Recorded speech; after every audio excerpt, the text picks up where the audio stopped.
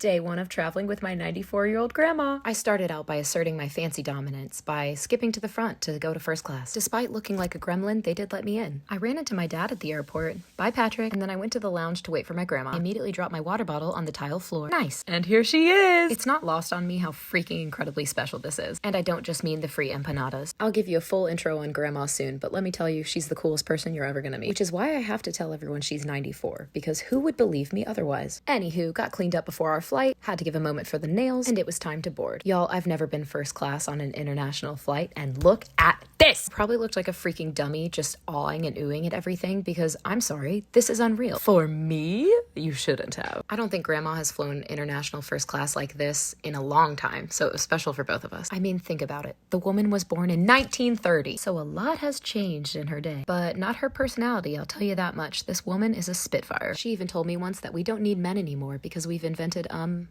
other means. Anywho, we got settled and it was time to take off. This was an overnight flight, so we were ready to get cozy. And that's a good thing too. Before we knew it, we're off. Yay!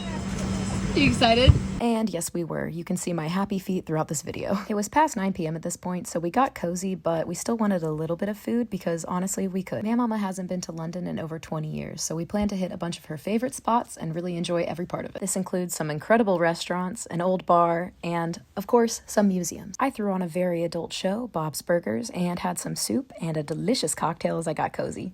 Clean Play Club. I had no idea how well I was going to sleep on this flight, but I knew for a fact that I would be comfortable. So I went ahead and got ready for bed using the tiniest tube of toothpaste I have ever seen. It turns out this weird shaped blanket was to lay on. And look how cozy I look. Good night. Just kidding. I woke up for this actually pretty good breakfast and it was already time to land. So I tried to freshen up a little bit more and semi-contain my excitement because we were here. Once we got our bags and everything situated, it was time to hit the road yet again. We had an amazing car ride into the city and these sunroofs, we could see everything. I haven't been to London since before the pandemic and I freaking love every part of it. Not to mention the hotel we're staying in is absolutely divine. We were a pair of weary travelers, so we decided it was time to take a quick nap. Honestly, I'm really proud of us for getting up for dinner. But we were late because there's a new pope now. From Chicago originally, go Cubs. And we went downstairs for my first meal at a Michelin star restaurant. My grandfather loved places like this, so it was really special to go with my grandma. The food was incredible, even though I can't name half of the ingredients. I learned more about my mama's family, and we had some of the best food I think I've ever come across. Look at this cheese, it was green. Some sort of fancy sauce. We'll be in London for the next few days exploring before we get on the boat. Tomorrow will be some shopping, exploring, more incredible food, and who knows what else. But until then, Good night and sweet dreams.